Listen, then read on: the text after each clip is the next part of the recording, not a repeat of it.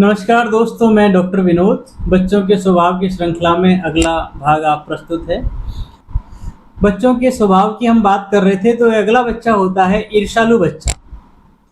घर में नया भाई या बहन आने के बाद कुछ बच्चे अचानक बदल जाते हैं। पहले जो बच्चा हंसता खेलता था, वह चिड़चिड़ा हो जाता है। माँ को छोटे बच्चे के साथ देखकर नाराज हो जाता है। कभी जानबूझकर शरारत करता है, कभी बिना कारण रोने लगता है। माता-पिता सोचते हैं कि बच्चा बिगड़ गया है, लेकिन अक्सर ऐसा नहीं होता है। वह अपने हिस्से का प्यार खोने से डर रहा होता है। उसे लगता है कि अब वह पहले जितना महत्वपूर्ण नहीं रहा है। यदि इस समय उसे डांटा गया तो उसका मन और कठोर हो सकता है। ऐसे बच्चों में पेट दर्द, बिस्तर गीला करना, पेशाब करना नींद में, बार-बार बीमार पड़ना या व्यवहार में अचानक परिवर्तन भी देखने को मिल सकता है। कई बार बीमारी ध्यान पाने का एक अनजान तरीका भी बन जाता है। लगता है कि मैं बीमार पड़ूँगा तो मुझे ज़्यादा प्यार मिलेगा, ज़्यादा अटेंशन मिलेगी, क्योंकि वह अपने आप को इनसिक्योर फ़ील कर रहा है। उसे लग रहा है कि मेरे हिस्से का प्यार बँट गया है। इस प्रकार के बच्चों के लिए होम्योपैथी बहुत महत्वपूर्ण है। उनके मन के ऊपर आई हुई इस परत को दूर कर सकती है और उनमें जो बीमारियाँ पैदा हुई हैं या हो सकती हैं, उन्हें भी होम्योपैथी ठीक कर सकती है। आइए अब एक और प्रकार के बच्चे के बारे में जानते हैं। यह बच्चा बहुत पढ़ाकू होता है। अत्यधिक पढ़ाकू बच्चा। कुछ बच्चे पढ़ाई को खेल से ज़्यादा महत्व देते हैं। वे हर समय किताबों में डूबे रहते हैं और छोटी उम्र में ही बड़े लोगों जैसी बातें करने लग जाते हैं। उन्हें गलती से बहुत डर लगता है कि अगर कुछ गलत हो गया तो पता नहीं क्या हो जाएगा।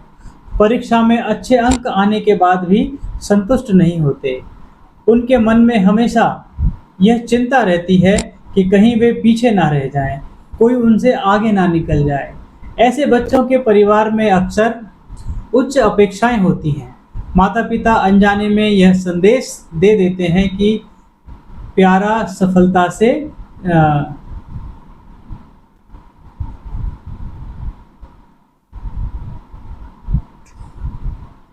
माता-पिता अनजाने में यह संदेश दे देते हैं कि प्यार सफलता से जुड़ा हुआ है। अगर आप सफल होगे तभी आपको प्यार मिलेगा।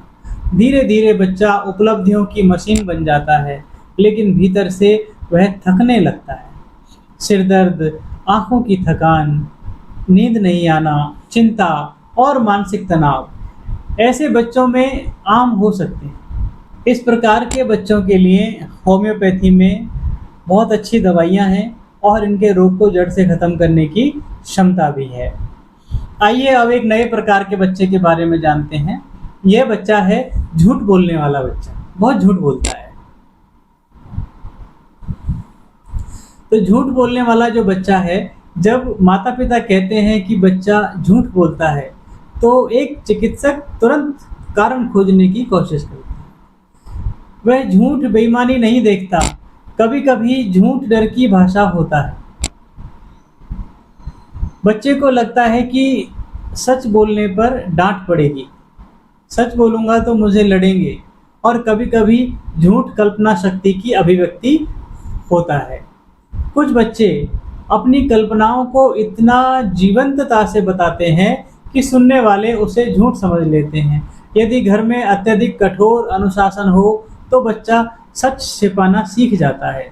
ऐसे बच्चे को केवल सज़ा देने की बजाय यह समझना ज़रूरी है कि वह सच बोलने में डर क्यों रहा है। अब एक और प्रकार के बच्चे को समझते हैं। ये बच्चा होता है हठी, ज़िद्दी बच्चा। कुछ बच्चे एक बार निर्णय ले लें तो फिर बदलना मुश्किल होता है। उन्हें मनाने में घंटों लग जाते हैं। वे आसानी से हार नहीं मानते।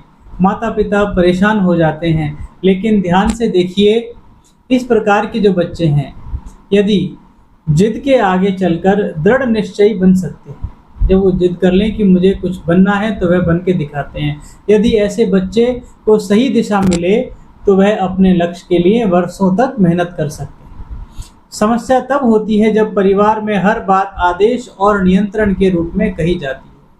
फिर बच्चा अपनी स्वतंत्रता बचाने के लिए अत्यधिक जिद्दी बन जाता है। अब और एक प्रकार के बच्चे को हम जानेंगे। यह बच्चा नेतृत्व करने वाला बच्चा होता है। कुछ बच्चे जहाँ जाते हैं वहाँ समूह का नेतृत्व करने लगते हैं। खेल कौन सा होगा, नियम क्या होंगे, कौन क्या करेगा, सब तय करने की कोशिश करते हैं।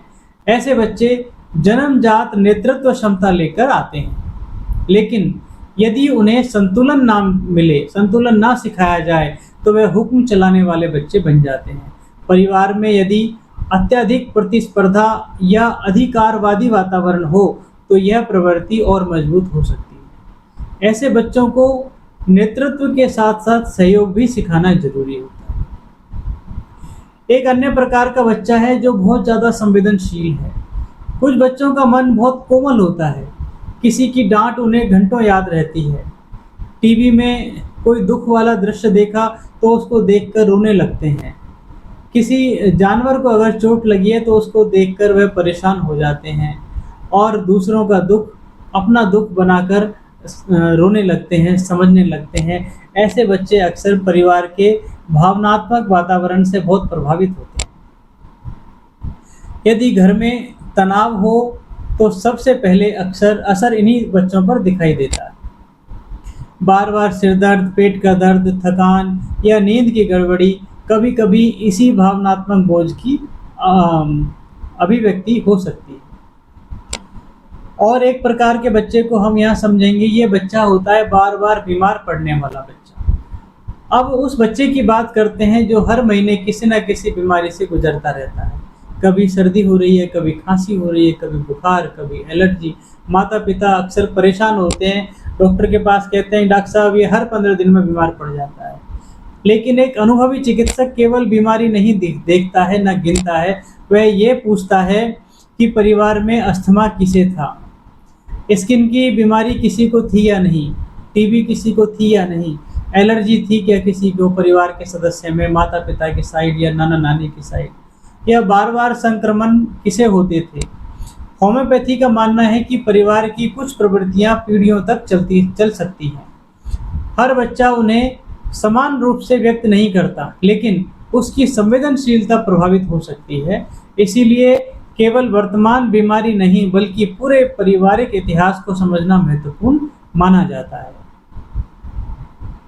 एक और महत्वपूर्ण बात यह है, यदि आप बच्चे को समझना चाहते हैं तो केवल उसकी रिपोर्ट मत पढ़िए, उसके व्यवहार को पढ़िए, उसके खेल को पढ़िए, उसके डर को पढ़िए और उसके परिवार की कहानी को पढ़िए, क्योंकि कई बार वही कहानी उसकी बीमारी की जड़ तक पहुंचने का रास्ता दिखाती है।